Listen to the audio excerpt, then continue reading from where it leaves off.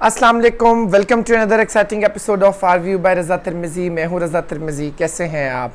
I hope everything is going good.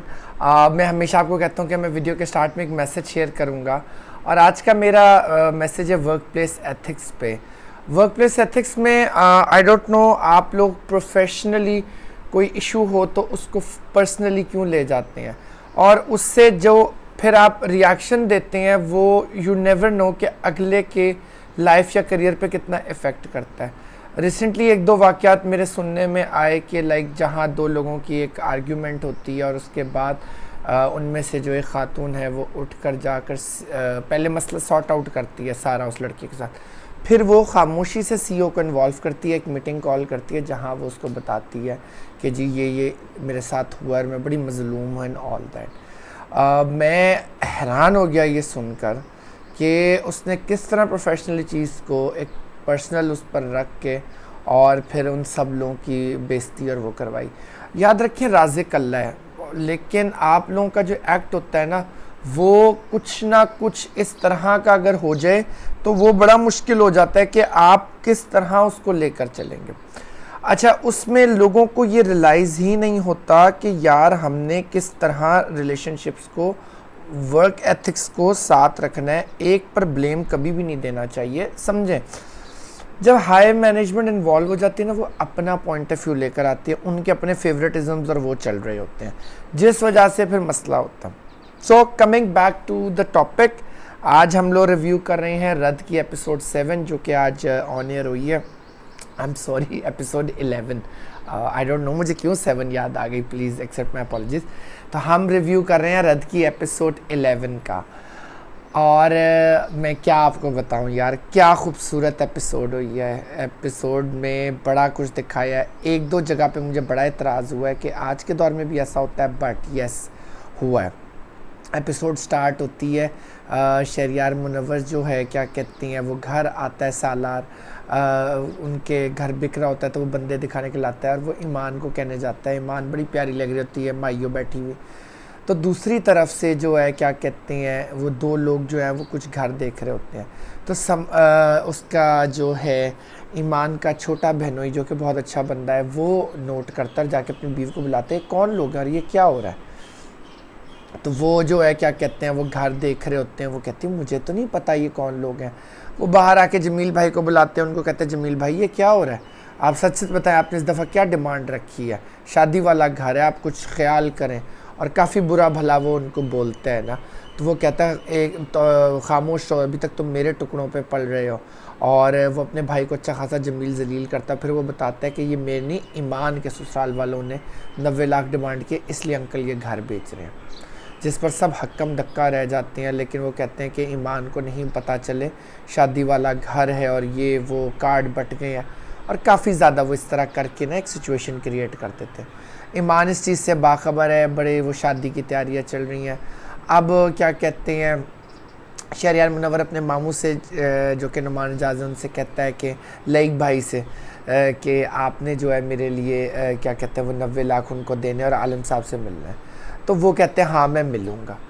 Mehndi का function शुरू हो गया है। ईमान जो है उसके ससुराल वाले आ रहे हैं, ठीक है। और सॉरी, उससे पहले ये होता है कि उसका फ्रेंड उसको, वो बैठी होती है माइयों के जोड़े में, तो साद का फ्रेंड जो है वो पैसे भिजवाता है उसको, जो उसकी अम्मी ने शॉपिंग के दिए होते हैं, जिसको उसको समझ नहीं आती कि ये क्यों ऐसा कर रहा है।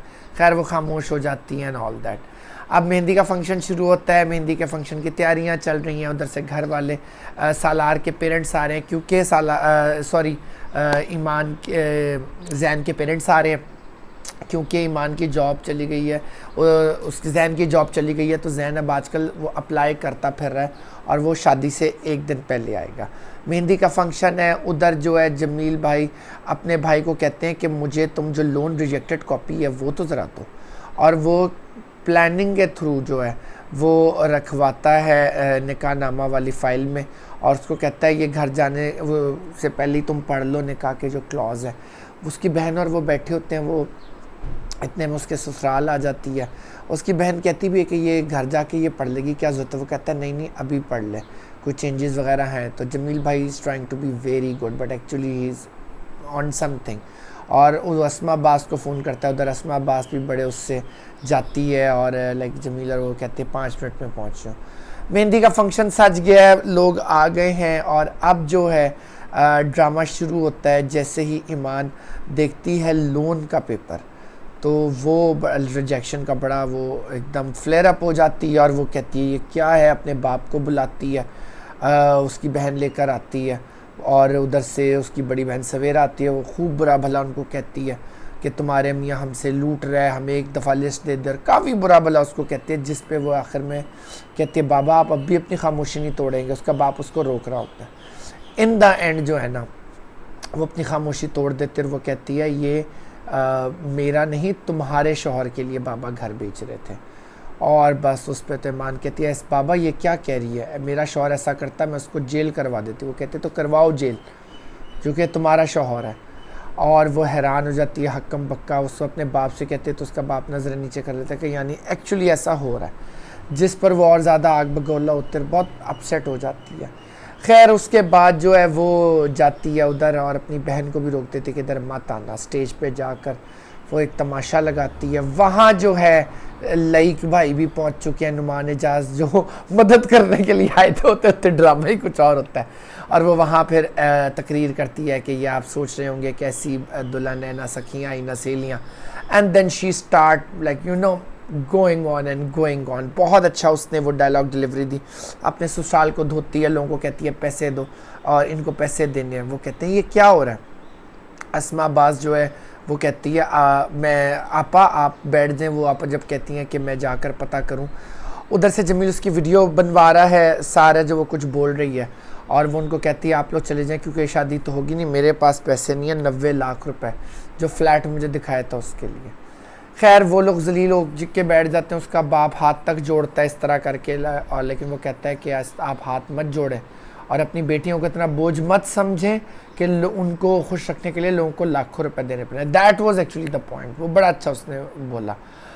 उधर तो अब थरथली मची हुई है। उसका बाप जाता है, वो कहता है आपने बड़े मान से आपकी बेटी को लेकर गए थे लेकिन आपकी बेटी ने तो हमारी कोई इज्जत नहीं रखी है। वो तो वो उसकी कहती है बेटी उसकी बड़ी वाली आलम साहब की कि आंटी ने इस तरह डिमांड रखी थी और वो आलम साहब को खूब बुरा भला उसका बाप कह रहा होता है, जिस पे उसकी बहन कहती है कि सुनो तो से। वो कहते हैं बस आपा बहुत हो गया, हमारी बहुत बेइज्जती। अस्मा अब्बास मुकर जाती है। वो कहती है ऐसा तो कुछ भी नहीं, मैं तो इनको जहन की जॉब का बताया था और ये और वो कहते हैं आंटी आप मुसलसल झूठ बोल रही हैं। खैर सारा ये ड्रामा हो के वो लुट पट के अपने घर जाते हैं और फिर अपने बेटे उसका बेटा जो है ना वो अपने दोस्त को कहता है कि लोकेशन नहीं मिल रही है और तुम्हारे अब्बू फ़ोन नहीं उठा रहे हैं। वो सब जगह फ़ोन करता है तो उधर से जमील भाई आई एम श्योर उसको वीडियो भिजवाते हैं, जिस पर वो हैरान होता है देखकर ईमान जो सारी तकरीर करते हैं और वो ईमान को फ़ोन करता है। फिर जो दोनों की होते हैं वो उसकी बहन रुकती है कि मत उठाओ। वो कहते हैं इस फ़ोन के बाद और वो उसको खूब सुनाती है कि तुम झूठे, तुम्हारे घर वाले झूठे, धोखेबाज और तुमने मेरे साथ ऐसा किया। अब वो असल बात करने लगती है कि पैसे मांगे थे तो बात तुम्हारी माँ ने वो ख़त्म हो जाती है। उसकी बहन फ़ोन ले लेते विच क्रिएट द मोर। वो कहता है पैसा पैसा पैसा बस कर दो और काफ़ी ज़्यादा फ्लेयर अप हो जाती है बात। अब उस पर क्या होगा कि उसकी बात अधूरी रह गई है। अब ये स्टोरी आगे कंटिन्यू होगी। अब जब स्टोरी कंटिन्यू होगी तो देखें अब वो उसको किस तरह लेके चलते हैं। बट बड़ा अच्छा इन्होंने दिखाया। जमील बड़ा मुतमईन है कि ये सब कुछ हुआ है और क्या कहते हैं सालार को तो समझ नहीं आ रही कि वो लुडियाँ पाए की करे, लेकिन वो बड़ी मुसीबत आई होगी। बट एनीवेज वो घर आकर भी वो रोते हैं पीटते हैं। वो कहते हैं मुझे प्यार हो गया था उससे। बड़ी अच्छी एक्टिंग वो कर रहा है अरसलान भी और जो हेबा बुखारी है वो भी कहती है मुझे तुझसे प्यार हो गया था, मैं क्या करूं मुझे सब्र नहीं आता। वेरी नाइस एक्टिंग और वेरी नाइस डायलॉग डिलीवरी और स्टोरी ने एक पिच पकड़ लिया। अब जब ये अलग होंगे फिर अब उसके बाद अब बीच में रिवेंज आएगा या ये शादी कर भी लेगी तो ये खुश नहीं रहेगी, कुछ ऐसा होना है। ठीक है मुझे कुछ पेशन गोइयाँ हैं जिसमें एक मुझे लगता है सालार की स्टेप बेंसेस की शादी होगी और बड़ा कुछ शुगल होने वाला है। उत्थे उत्थे है जेड़े है ना वो ससुराली रिश्तेदार बनेंगे। सो एपिसोड वाज रियली गुड। अब नुमान इजाज़ इसमें क्या रोल प्ले करता है वो आगे नज़र आएगा आज की एपिसोड में, एपिसोड 12 में। सो हमारे साथ बंधे रहिएगा, देखते रहिए, आज पता चलेगा एपिसोड किस तरह की जाती है। अपना ढेर सारा ख्याल रखिएगा। वीडियो पसंद आए तो press the bell icon, hit subscribe. Stay safe, stay healthy. अल्लाह हाफिज़।